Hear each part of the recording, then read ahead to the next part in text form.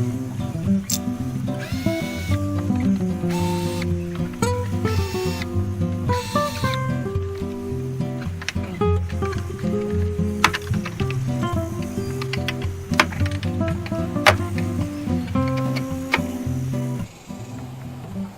here and right here are the problem. I'm going to figure out how to get under that and get the screws out that attach this to the door itself. I had kind of a clue, but these little clips right here have little flanges on them, or lips, and they snap on.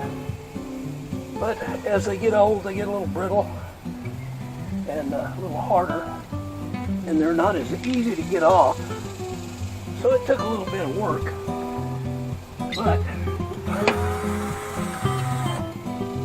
this should do the trick. I had to pull out all these staples to get to the two concealed screws, which I consider that a bad aftermarket design. Now, that should pry off without any difficulty.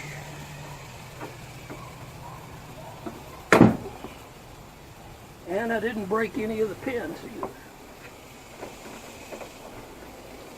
Yep, there's the broken piece. Right there.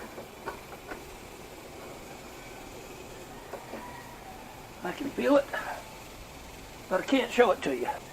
Take this off, and then we're going to put one of the new ferrules in, and I'll show you that in a minute too. This is the latch mechanism, the inside door latch mechanism that fits behind this panel like this.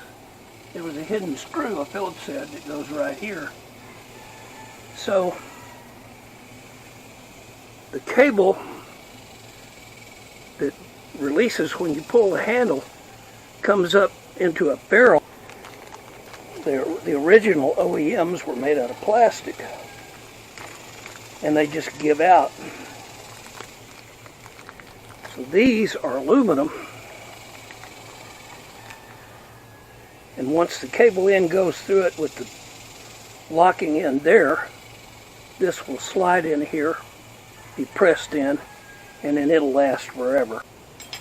I don't know if you can see this or not, but there's the original plastic with the headpiece that broke. It holds the cable latch. There's one here, a couple extra tools to get these star nuts loose. But I've got it. So now should be able to pull.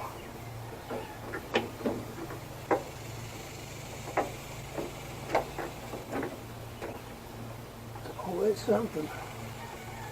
I hope I don't have to take this actuator off, because that has to be drilled out. Oh, there's the other broken one.